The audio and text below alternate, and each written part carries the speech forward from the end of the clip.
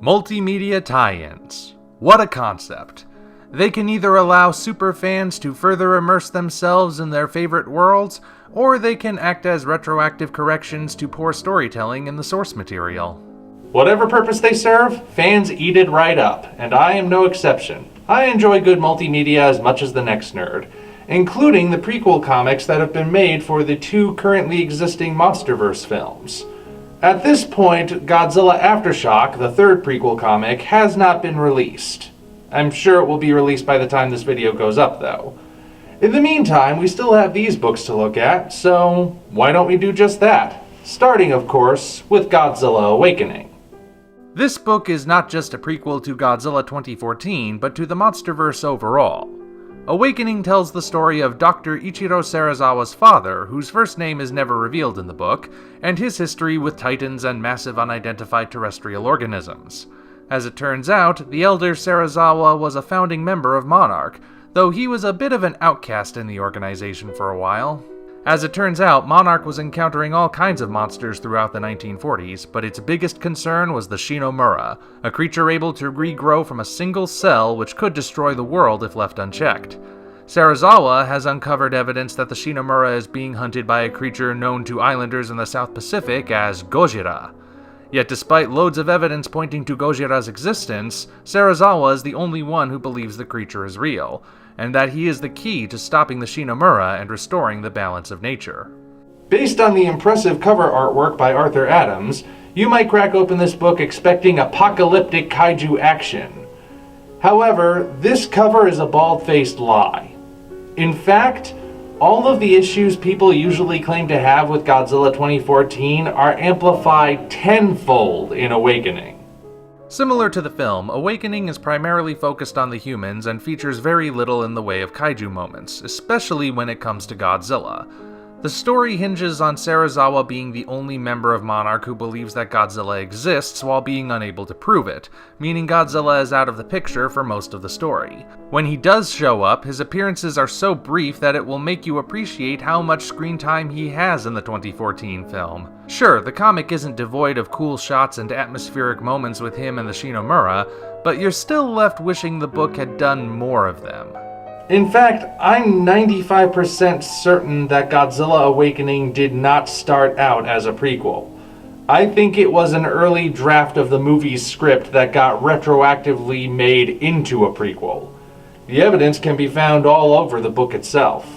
Structurally, it follows the same basic plot as the source film. A man finds himself wrapped up in a secret organization that hunts monsters, and Godzilla is hunting an old parasitic rival, of which there are two by the finale. Oh, and a nuke goes off at the end. That may not be enough evidence on its own, but we are far from done. Part of any prequel's job is to expand on backstories alluded to in the original work. For example, the Star Wars Clone Wars series, whether you go with Genndy Tartakovsky's original or the more recent Disney XD series, fill in the blanks between episodes 2 and 3. In Awakening, we don't learn any information that wasn't already presented to us in the movie.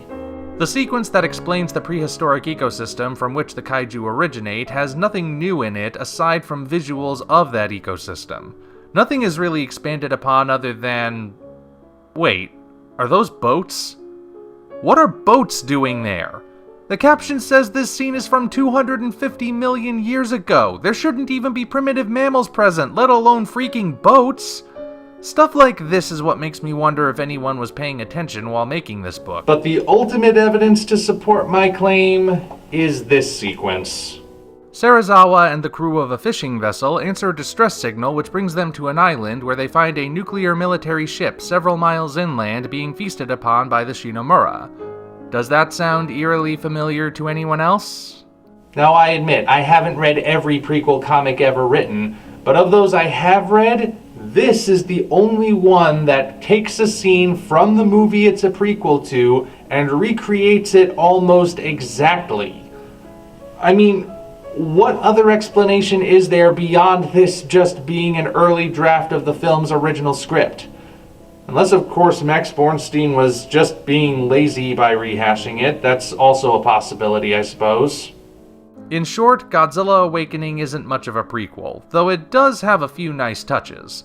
Things like how Godzilla is referred to as Gojira the whole way through, or a tiny King Kong Easter egg, though it was not a tease of the eventual crossover as some have come to believe because it was done way before Legendary brought Kong Skull Island over to Warner Brothers. The best part, ironically enough, is the human cast. Serizawa Sr. makes for a good protagonist to follow. He exists as an outsider in Monarch thanks both to being the only Asian man in a group of Westerners and being the only person who can see the bigger picture that includes Godzilla. General Douglas MacArthur makes a few appearances throughout the book, and being General Douglas MacArthur, you can always count on him to leave an impression. On the other hand, though, Dr. Zamalek, who only shows up in Chapter 2, is memorable for how he doesn't really fit into this world. He seems more like he belongs in a light-hearted shonen action manga than a serious historical drama with sci-fi overtones. He is nevertheless memorable. It's just for the wrong reasons. Despite this, we're still left with a story that's just rehashing the movie, and a serious lack of giant monster action, despite some great visuals of the monsters, as well as one I can't make heads or tails of. As Godzilla comics go, Godzilla Awakening is slightly below average. Putting this behind us for a moment, we can now move on to the prequel for Kong Skull Island, entitled Skull Island: The Birth of Kong. Not the most original title, but we won't hold that against it. As with all things, it's what's inside that matters. Though officially a prequel, The Birth of Kong is also a sequel of sorts, as the majority of the story takes place in the 90s rather than the 70s. Houston Brooks, now in his old age, is given a recovered beacon containing a message from his son Aaron, who disappeared a few years ago. It seems Aaron went behind his father's back to lead a covert expedition to Skull Island, which Monarch has kept hidden and untouched since its discovery. It seems Aaron doesn't share his father's belief that Kong is enough to keep the creatures of the island contained, and wants to determine the threat level for himself. Since this is Skull Island, though, things go wrong quickly, leaving Aaron and his crew stranded. After being rescued by the iwi, one member of the team, mythographer Walter Riccio, goes native and starts having hallucinations, or are they psychic visions, about the origin of Skull Island's one true king. So right off the bat, Birth of Kong has a leg up on Awakening by telling an original story and expanding on themes that were only hinted at within the film.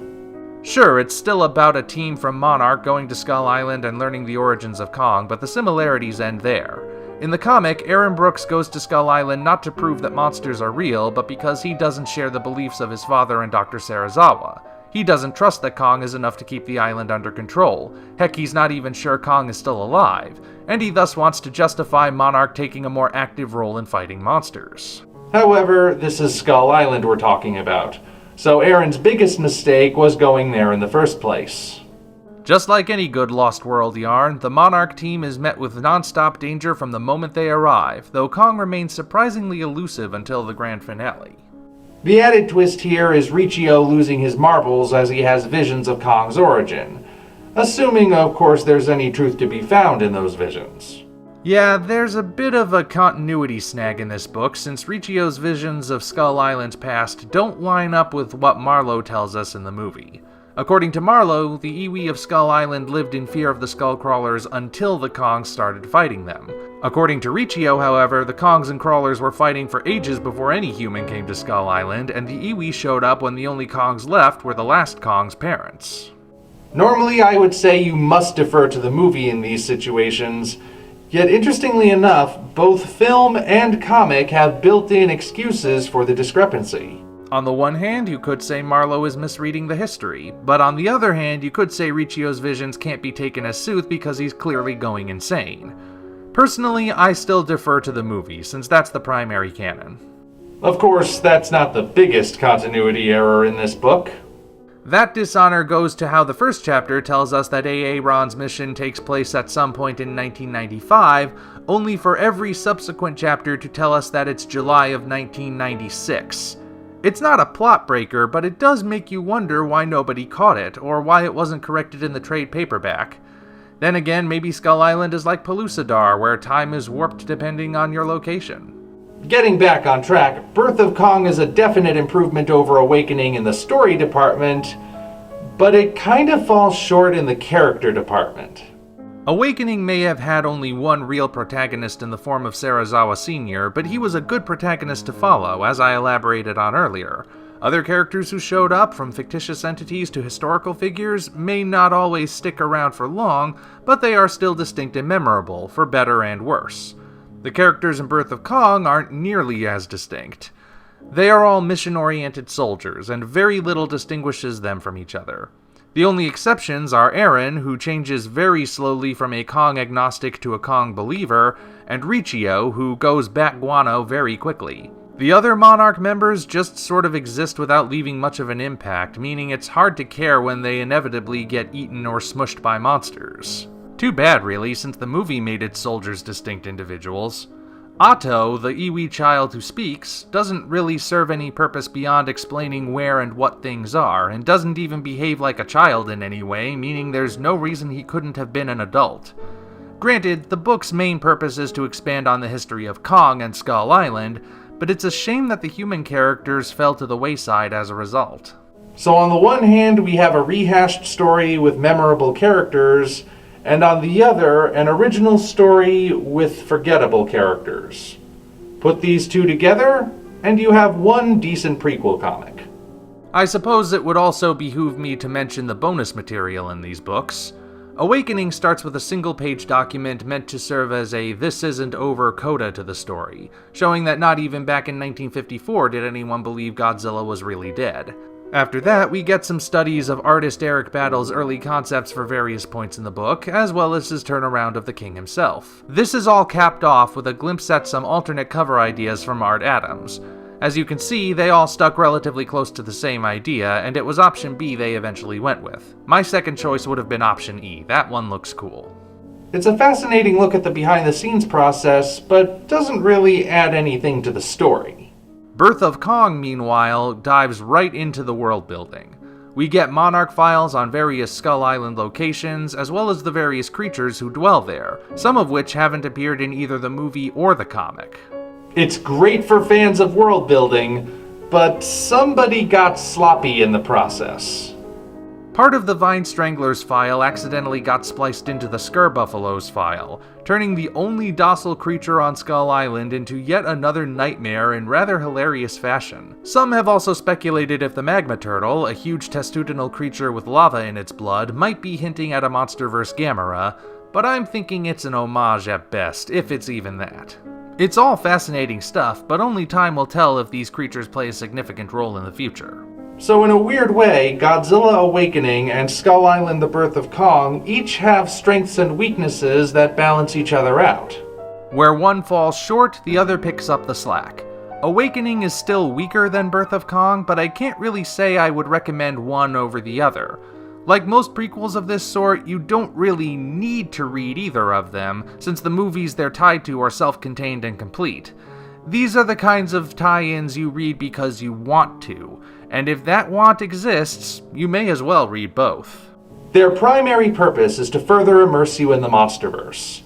And if nothing else, they both manage to do that much.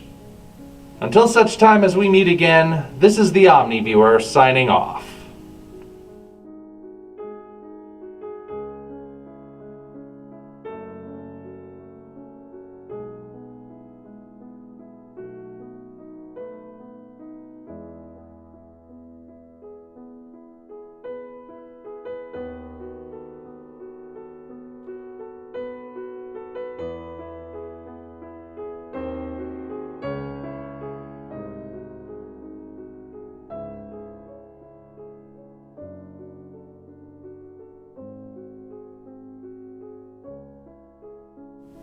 All right, 2 down, 1 more to go. If you enjoyed this video, be sure to like it, as well as subscribe to the channel for more content of a similar nature. Also, check the description for links to our Twitter, DeviantArt, and Patreon pages, as well as the Amazon link for the novel Operation Red Dragon: The Daikaiju Wars Part 1, penned by yours truly. Thank you all, and we appreciate your support.